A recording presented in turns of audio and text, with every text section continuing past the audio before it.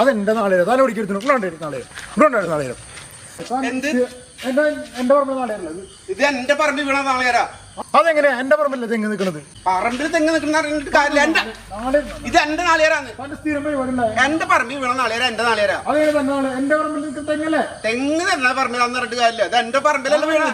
എന്റെ പറമ്പിൽ കിടക്കുന്ന സാധനം എനിക്കുള്ളതാ. വലിയ ഭർത്താവ് ഇന്നാളെ എന്റെ വീട്ടിലെ പട്ടി വന്നിട്ട് അപ്പിട്ട് താനെ കൊണ്ട് കോരിച്ചാ. പട്ടി കാട്ടാണോ ബീഫിലിടുക? നാളെ കൊത്തല്ലേ? അത് ശരി. തന്റെ വീട്ടിൽ കറി ഉണ്ടാക്കുന്നത് എന്റെ വീട്ടിലെ പറമ്പില്ല നാളിരം കണ്ടിരണല്ലേ? താനാ നാളിരണം ഒന്നാമതവിടെ പിള്ളേർക്ക് നൂലപ്പത്തിന് പാലിന് തീരെ പറ്റൂല. താനാ നാളിരം തണ്ട തന്റെ തലയാൻ തല്ലി പൊളിക്കാൻ എന്റെ നാളിരം.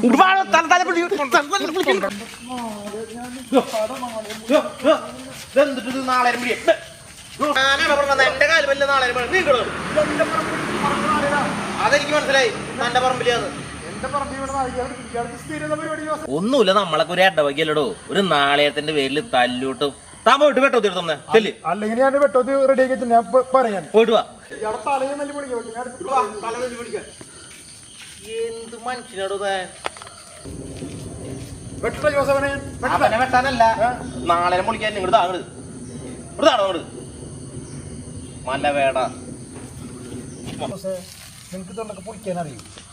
പണ്ട് നാളെ കണ്ടിട്ടേ അന്തിക്കാട് പോലീസ് 500 തേങ്ങ എന്നെ കൊണ്ട് വെട്ടോതി കൊണ്ട് പൊളിപ്പിച്ചത്. ഇനി ശേഷം എനിക്ക് ഭയങ്കര പരിചയം. ഏയ്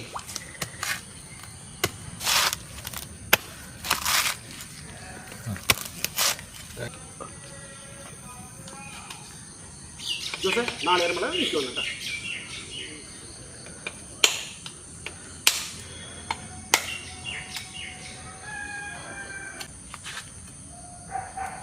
അത് ശരി, നാളെ ഒരു ടൈപ്പ് തുടങ്ങിയ ഇത് പിടിച്ചോ ക്യാരറ്റ് പിടിച്ച.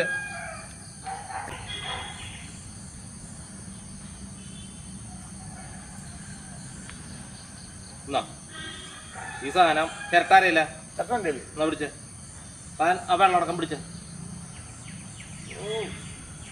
തന്റെ ഈ സാധനം പിടിച്ച.